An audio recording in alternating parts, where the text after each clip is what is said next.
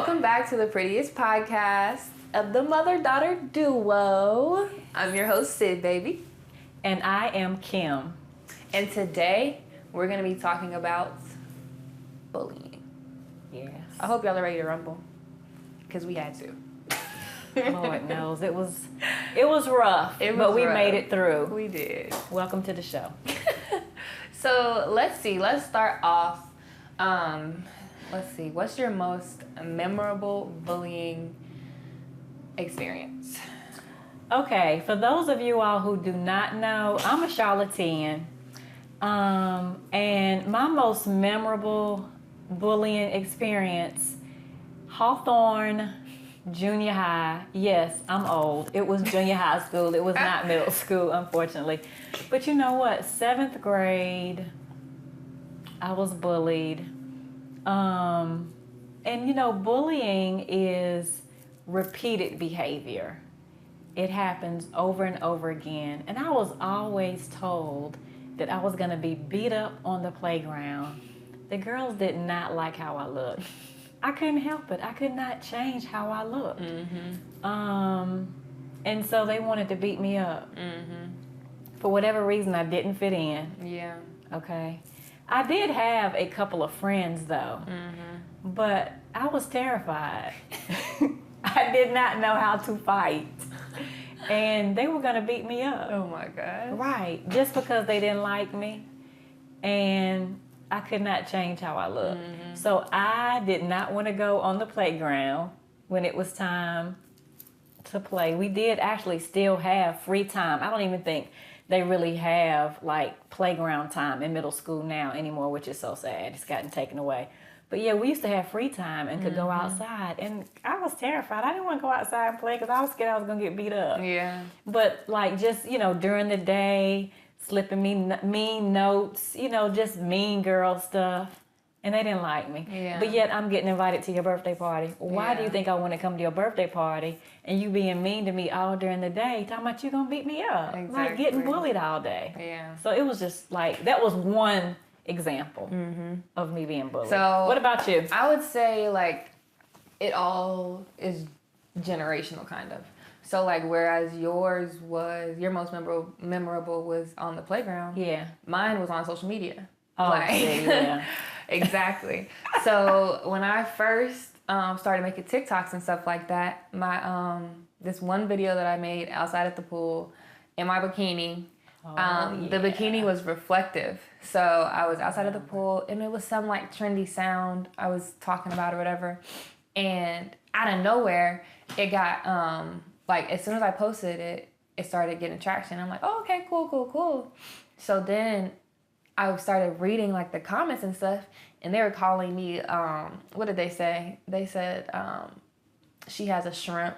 She, what's that Arby's commercial? Arby's, we have the meats. Yeah, that was everywhere. So it's like, and then people were duetting it. So like they would take my video and like talk about it. And this one guy, I can't remember his name. It was like some I Heart Memphis or something like that. Some guy, he posted a video on his Instagram page, like talking about me and calling me a boy and stuff. And I'm like, yo, like this is crazy. Like, so I DM'd him and I was like, nah, like you're wildin'. And he was like, oh, I'm so sorry. Like I didn't know that you knew. You just didn't think that I was going to say anything. So I just feel like bullying is really, it can be taken in many different ways, but it's like the way that I took it, when I like learned like what they were saying about me. I took it in like the playful way. So like I made other videos like, oh, she's this, oh, she has that. And I was just like kind of like mocking what they were saying about me because like mentally, like I was so confident that you couldn't even say anything. Like even though I was being bullied on social media, I was perfectly fine. But if that happened to the wrong person, mentally, that could like, there's so many different horror stories out there about social media and what people say about others online behind an account, behind a screen, that you wouldn't say to somebody's face. Like, and you're hiding behind a fake profile, bullying somebody. Like, that's just crazy to me. But yeah, so that's my story. To your point, though, if you had not been a strong person, that could have torn you apart mentally. Yeah. And you could have really needed serious help. I Yeah. remember that. I mean, that wasn't too long ago. And the comments were horrible. Yeah. And very hurtful. Yeah. So, you know, I'm just really glad that you were strong enough to get through that, because that was really awful. Exactly. And I looked at that video and I'm like, really? Yeah. Like the reflection of that. That's crazy. I mean, yeah. So, you know, when you think about bullying, people can be really mean. Yeah. Say some harsh things. And, you know, it's so sad, which you just made such a good point. It's social media, so you can really hide. Like, you don't know these people. But that video went viral. I don't know how many comments you had. Yeah. And it's really sad that some people continued it. And, you know, the comments were really mean. And then others were like, oh, I'm so sorry that everybody's being so mean. You don't look like a guy and all this other stuff. So some of them were very nice comments. Yeah. Where others weren't. Exactly. You And know. that's another, like, the other side of social media that I love is that, like, people will stick up for you that you don't even know. Right. Like, I couldn't, like, my DMs were flooded from girls saying, like, girl, we can tell, like, this just the bathing suit is reflective. Right. Like, we know you, da-da-da-da. Right. Hope you're okay, like, sending you love from X, Y, and Z. Like, it's all about, like, seeing somebody go through something and being that lending hand when you know that they need it. Like, you know what I'm saying? So I feel like that makes a big difference for sure. Because bullying, like, it's worse when you go through it alone. Right. So it's like, if you're going through something and you don't have anybody to lean on, Exactly. it makes it that much worse. Now, what like beating a dead suggestions horse. or advice would you give to someone who may not have been as strong as you were in that situation? Because that could have really been damaging for someone that I would say just didn't know how to handle be that. secure in who you are. Be secure in who you are. You know, even like me personally, because like I'm not gonna lie, when it first happened, like I kind of was like, whoa, like, you know. Right. So I immediately called Doug, like Doug to the rescue. yeah, for real. I immediately called Doug and I was like, hey, look at this video for me. I was like, tell me, like, if I'm tripping, like, does it look like, you know, whoop whoop? And he was like, nah, like, I don't know what they talk about. Like, I mean, he's like, I can see what they're saying, but it doesn't look like that. Right. So I was like, okay, cool. Like, you know, you gotta check and make sure before you realize, like, am I tripping right now? Right. Like, what's going on? Yeah. So I would say, like, talk to somebody about it. Never just keep your feelings in. Like, if you're having thoughts about something, you have got to say it. You have got to say it, because mentally, like, keeping yourself, I don't want to say trapped, but sometimes mentally you're trapped in a situation and it just keeps replaying in your head. So I definitely think, like, verbalizing what you're going through is a big thing, especially in situations like that. Right. So were there other times where, you know, aside from social media, like, I didn't have social media, obviously, growing up. But I did experience other mean girl, you know, scenarios and stuff during school. Yeah. But were there other times where, say, in school, in class, where you had, like, in-person bullying that definitely. you can remember? There were so many different times. Like, when I went to Piedmont IB that first year, I was Kirsten's cousin, and her friends at first didn't like me. So they're like, who's this girl coming in, like, new girl on the block type of thing, whatever. So I definitely had a lot of struggles there. And I don't know if you remember, but that was when I had started making music. So me and Miles were making music, and we had a song out or whatever, and everybody, like, liked it or whatever, but those girls were like, oh my God, like, she sounds horrible. She actually thinks this sounds good. Like, oh my God, blase, blase, blase, blase, blase. And they just were talking the, like, craziest about me. And it was just like, okay, girl, like, okay, you're going to keep running your mouth, and you're going to walk by me and push me on the shoulder or something. Like, come on, like, grow up. Right. So it's like, honestly, in those situations, it's like, when I think back to it, it's crazy the amount of confidence I had, because it was just like, roll off the back. Right. Roll off the back. Right. Roll off the back. And the thing is, it's not that you thought you were cute. No. But it's just you had confidence. Yeah. I don't care what other people think about me. Exactly. And if you like me, then you like me. And if you don't, you don't, I'm not mad. Exactly. It's, it just is what it is. So I don't know who you got that from. But anyway. Exactly. But yeah, like, Oh, no, gosh. but that is, I definitely had plenty of in-person bullying stories right. as well. Yeah. And so I think, with me growing up,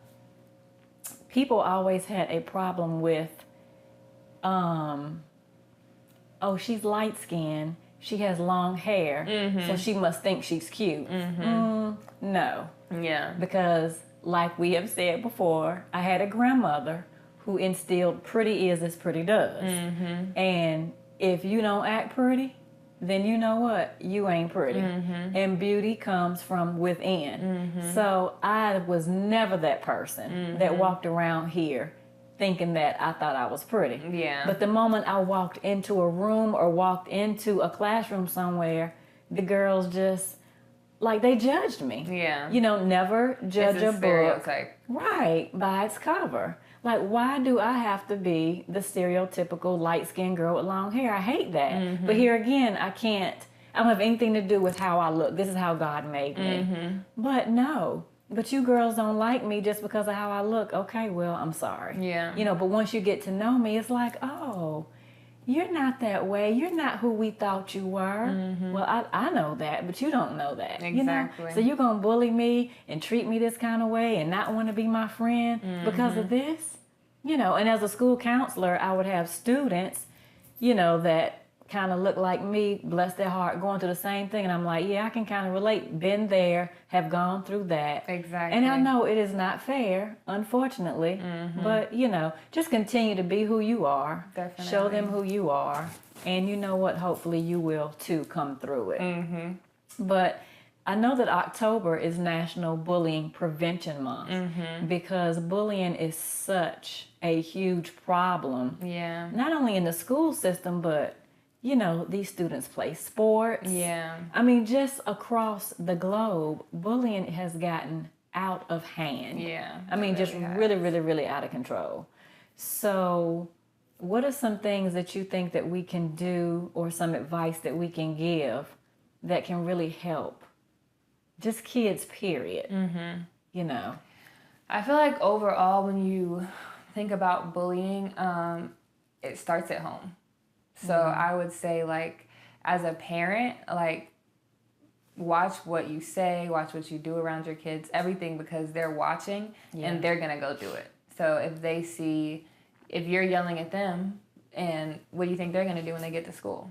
Right. They're going to, like, whatever is, like, emotions are suppressed, they're going to, it's going to be, you're going to see it in school. It'll be right in your face. So I feel like definitely, like, starting at home. And then in terms of, like, what kids, like, can do, I would say, like, you have to know right from wrong. That's what it all starts with. And when you do something wrong, you know it's wrong.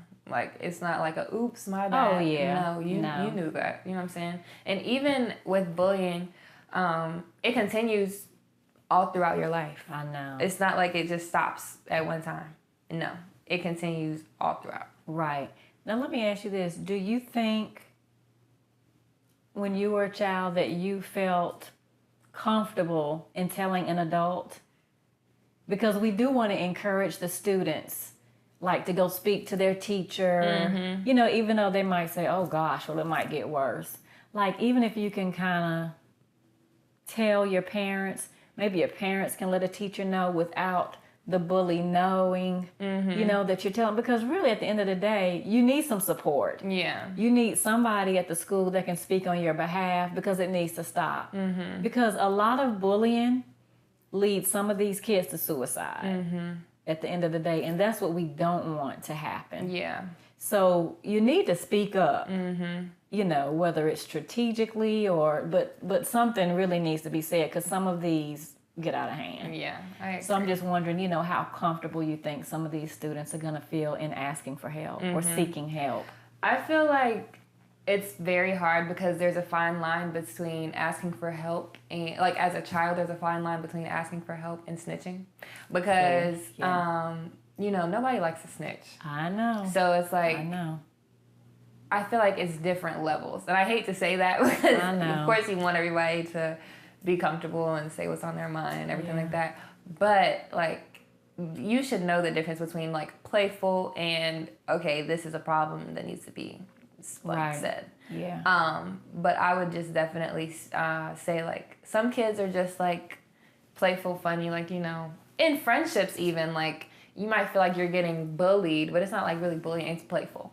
So I feel like knowing the difference, which is also hard because your feelings might get hurt sometimes. Yeah. But it's like, your feelings are going to get hurt throughout your life. So it's like knowing when enough is enough, I feel like, and when to draw that line. So I think that makes a difference. Yeah. And not being a snitch, because nobody likes to snitch. Right.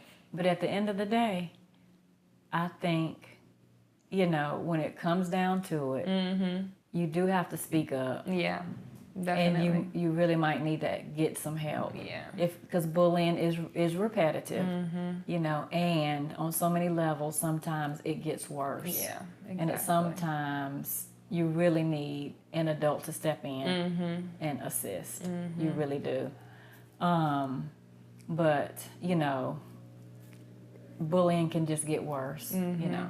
A lot of websites out there that you can get help with. Definitely. And it's just, the more we talk about it, you know, it just needs to, what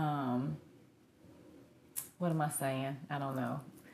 It's just an important topic. Yeah, exactly. I mean, it just really is. And it's not going to go away, unfortunately. It's just, we have to learn how to deal with it, I feel like. We really do. We really do. And just don't be afraid to speak up at the end of the day. Yeah. That's really what it is. If you need help, get it. So, yeah. Honestly. Yeah. For sure. So, trying to think of what else. Yeah. I just feel like when you, you know, talk to people about what they're going through, make sure you're listening.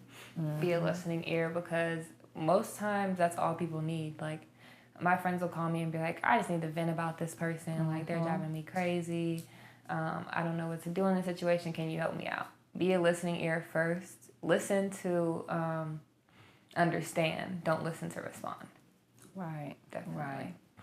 And if you're at school too, and you notice that someone doesn't have any friends, or if someone is kind of sitting off by themselves, like even at the cafeteria, and doesn't have any friends, you know, it's okay to ask if they're okay, or maybe to go and sit with them and be a friend to that person, because you never know what somebody might be going through. You know. And I think even like pertaining to outside of like school and stuff like that, just like being open to new relationships, new friendships and stuff like that. So like if you're out and you know you see somebody that might, like, I go on solo dates all the time. So if you're out and you see somebody, and it's just about like introducing yourself. Hey, I'm such and such. Nice to meet you. If you ever want to do X, Y, and Z, it's just like being open to new relationships and building new bonds and stuff like that. Because I feel like just because somebody's by themselves doesn't mean that they don't want to be. Like, you know what I'm saying? Oh yeah. So I feel like a lot of people think that everybody always wants to be with somebody. Some people just like having their own peace. That's true. Honestly, so it's like extend the olive branch, but also know that some people don't need it. That is very true. And you know, it's interesting. I had a conversation with someone just the other day, and it's so sad to even believe this, but adults can be bullies too. So you just have to kind of be careful and realize, because you don't want to believe that, you know, but just keep your ears and eyes open. Yeah. It could be anybody. It really could be anybody. So you just have to be aware. Definitely. Yeah, check on your friends. Be open. Talk to your parents. That's it for bullying this week. As always, thank you for joining us. And that's a wrap on season 1. We'll be back soon. See you next time. Bye, guys.